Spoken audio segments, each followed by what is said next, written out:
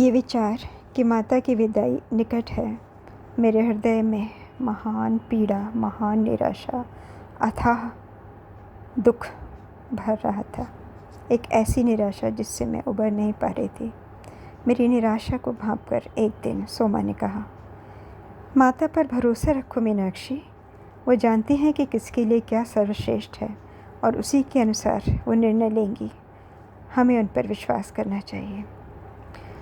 मुझे उन पर विश्वास है, मैंने कहा। फिर ये निराशा क्यों? क्या माता हमसे ये वियोग होने देंगी? मैंने उलझन में उसकी ओर देखा। वो क्या सोच रही थी? वो भली भांति जानती थी कि चंद ही दिनों में माता प्रस्थान करने वाली थी और शायद ये बहुत ही लंबा समय होगा, इससे पहले कि हम उन्हें दोबारा देख पाते। अगली सुबह माता ने सोमा, उषा, रोहिणी और मुझे वन विहार के लिए आमंत्रित किया। मैं जानती थी कि ये अंतिम अवसर होगा जब हम माता के साथ वन विहार कर रहे थे। जैसे ही हमने वन में प्रवेश किया, सोमा के अतिरिक्त सभी अपनी उदासी को छुपाने में असफल रहे। केवल सोमा ही थी जो हमेशा की तरह चेहरे पर प्रसन्नता का आवरण धारण किए हुए थी। माता कुछ उत्सुक थी। जैसे ही हम गहरे वन में प्रविष्ट हुए, माता अपने सभी परिचित स्थानों पर रुकीं और पेड़ों और जंगली पौधों का स्पर्श करने लगी। जो भी जीव जंतु सामने आए, उन्होंने थपथपाकर उनसे अपने स्नेह को अभिव्यक्त किया। एक गहरी सांस भरते हुए वे बोली, मैं इस जंगल के हर भाग को याद रखूंगी और साथ ही इसके सभी पशुओं को भी, किंतु अब और नए वन और नए जीव जंतु मेरी प्रतीक्षा कर रहे हैं। हम सब मौन रहे। माता हमें एक स्थान पर बैठने के लिए ले गईं और फिर बोली, मैंने आप सभी को यहाँ अपने साथ घूमने आने के लिए इसलिए कहा क्योंकि मैं आप सभी से कुछ अनुरोध करना चाहती हूँ। हम सब ने एक दूसरे की ओर देखा। माता हमसे क्या पूछना चाहती होंगी? हम सोचने लगे। शायद वे हमें माता सुनैना का ध्यान रखने के लिए कहेंगी, क्योंकि उर्मिला का विवाह लक्ष्मण के साथ तय हो गया था। निश्चित ही माँ सुनैना के बारे में उनको चिंता होगी कि उनकी दोनों पुत्रियों के जाने के पश्चात उनकी देखभाल कौन करेगा। हम सब मन में उपचेतना में यही सोच रहे थे। सोमा ने अभिव्यक्त किया, वो क्या है माता? माता बोली, मुझे अपने साथ मिथिला के भाग को याद रखना होगा जब मैं अयोध्या जाऊंगी, ताकि उन सभी संस्कारों, रीति रिवाजों और परंपराओं को मैं संजो कर रख सकूं जिनके साथ मैं पली बड़ी हूँ। और इसलिए मैंने श्री राम जी से अनुमति ले ली है कि मैं और उर्मिला अपने साथ आप चारों को अयोध्या लेकर के जाएंगे। श्री राम ने अपनी स्वीकृति दे दी है, साथ ही माँ पिताजी ने भी, लेकिन मैं आपकी इच्छा जानना चाहती हूँ, क्या आप मेरे साथ चलने के लिए तैयार हैं? अयोध्या मिथिला से बिल्कुल अलग है। मुझे डर है, वो बिल्कुल अलग है। आप स्वयं को एक अलग धरती पर पाएंगे, अपने नाते रिश्तेदारों से बहुत दूर, जिनसे आप प्रेम करते हैं उन सभी से दूर। इसलिए उत्तर देने से पहले बहुत अच्छे से सोच विचार कर लीजिए। आना आप सबके लिए आवश्यक नहीं है। आप यदि चाहो तो यहाँ रहकर परिवार की सेवा कर सकते हैं। फिर माता मेरी ओर घूमते हुए बोली, तुम बहुत समय से माँ की देखरेख कर रही हो। यदि उन्हें छोड़कर जाने में तुम्हें कोई संकोच हो तो तुम मुझे बता सकती हो। मेरे जीविया पर ताला पड़ गया था। मैंने कुछ नहीं कहा। सोमा ने दृढ़ स्वर में कहा, माता, जहाँ आप हैं मैं भी वहीं हूँ। यहाँ रुकने का तो प्रश्न ही नहीं उठता। माता स्नेहवश मुस्कुरा दी। उषा और रोहिणी ने भी हाँ में अपना उत्तर दिया। हम गौरवान्वित महसूस करते हैं माता कि आपने हमें अपने साथ ले जाने के लिए चुना, उषा ने कहा, जिसे उर्मिला से बहुत लगाव था, और हम पूरी निष्ठा के साथ वहाँ रहेंगे और मिथिला का प्रतिनिधित्व करने की आपकी आशा पर खरा उतरने की पूरी कोशिश करेंगे। ये शब्द सुनकर अनायास मेरी आंखें भर आईं। चंद क्षणों तक मैं कुछ भी नहीं बोल सकी। आखिर बड़ी मुश्किल से मैंने उत्तर दिया, रुंधे गले से, माता, मैं बहुत डर रही थी कि आप मुझे छोड़कर जाएंगी। आप मुझ पुरानी और दुर्भाग्यपूर्ण नौकरानी से पूछेंगी। मैं शापित कहने ही वाली थी, किंतु चुप हो गई। क्योंकि मुझे अनुभूति हुई इस विषय में उषा और रोहिणी कुछ नहीं जानती थीं। माता ने अपना हाथ मेरे मुंह पर रख दिया और बोली, मीनाक्षी, ना तुम पुरानी हो ना दुर्भाग्यशाली। आप हर किसी से ज़्यादा मिथिला की भावना का प्रतिनिधित्व करती हैं। आप भी इसी धरती की बेटी हैं जैसे मैं हूँ। फिर वो रोहिणी की तरफ घूमी और उसकी अश्रुपूर्ण आँखों को देखने लगी।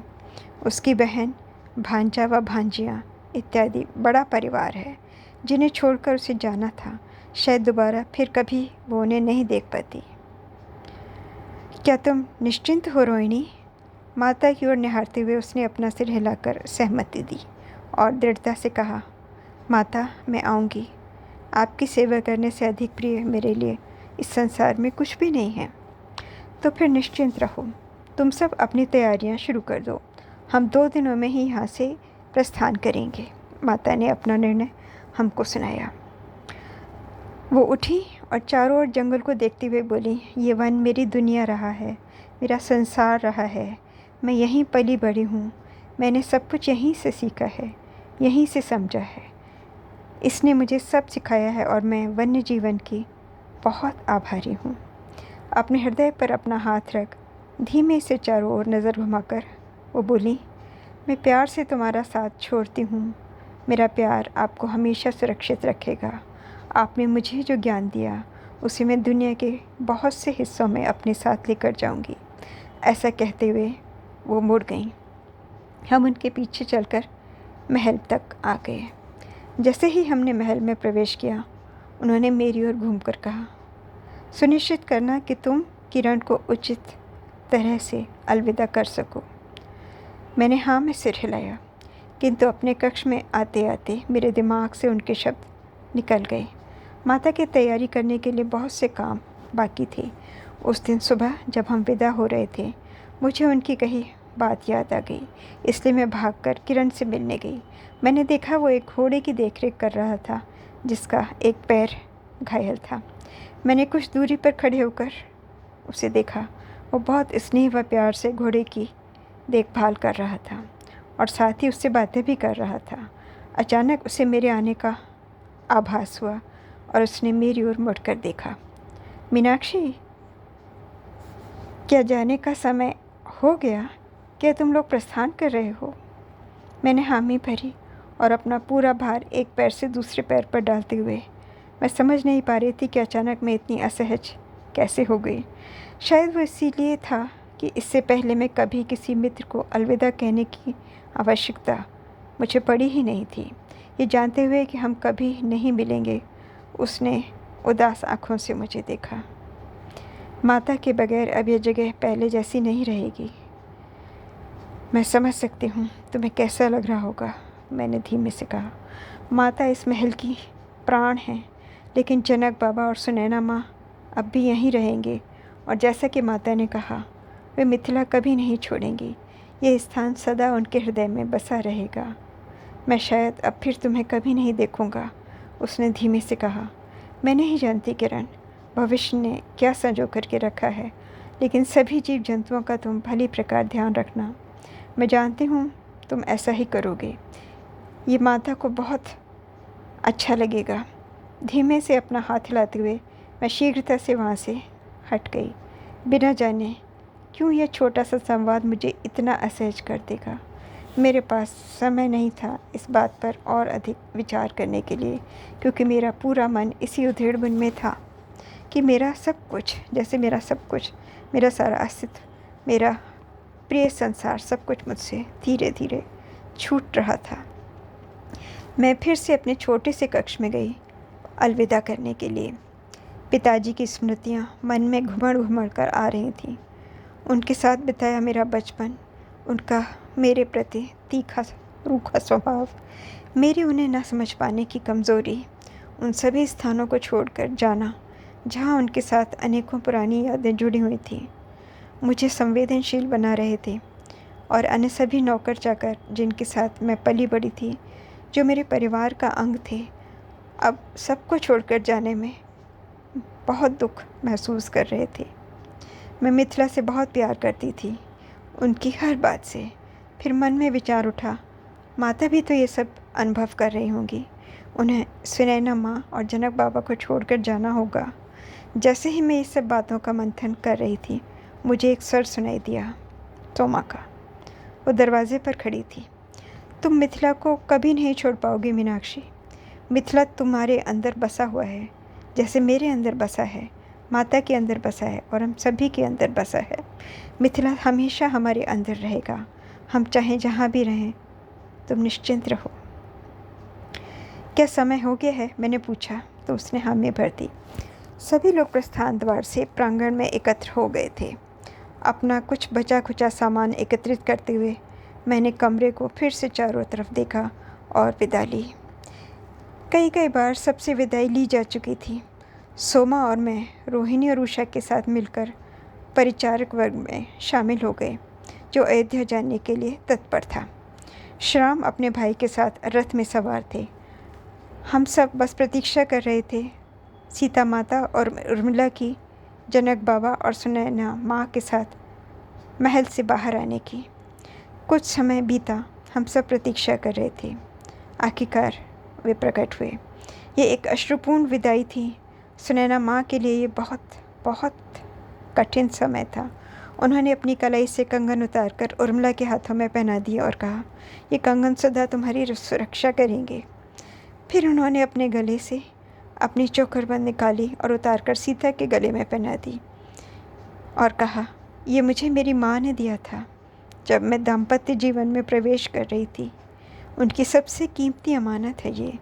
तुम जहाँ भी जाओ इसे हमेशा अपने पास रखना।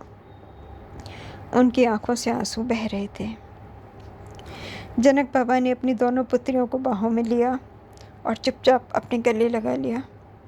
वो उन्हें बारी बारी से आशीर्वाद देते रहे। उन्होंने सीता से कहा, सीता, सदा याद रखना कि तुम कौन हो और क्यों आई हो। तुमने मिथिला से वो सब प्राप्त किया है जिसकी तुम्हें आवश्यकता है।